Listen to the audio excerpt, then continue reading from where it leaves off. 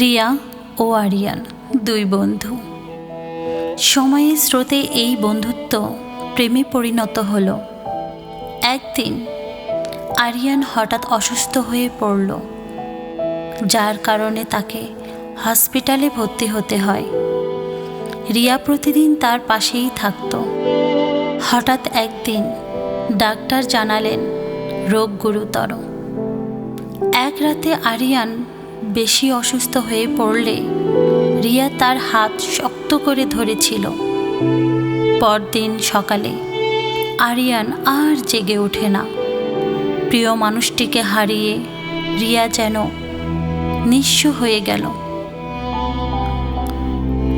নিস্তব্ধ হৃদয়ে রিয়া প্রতিদিন আরিয়ানের স্মৃতিতেই বাঁচে, কিন্তু তার মনে এক অফুরন্ত অপেক্ষা রয়ে গেছে যে একদিন তারা আবার মিলিত হবে।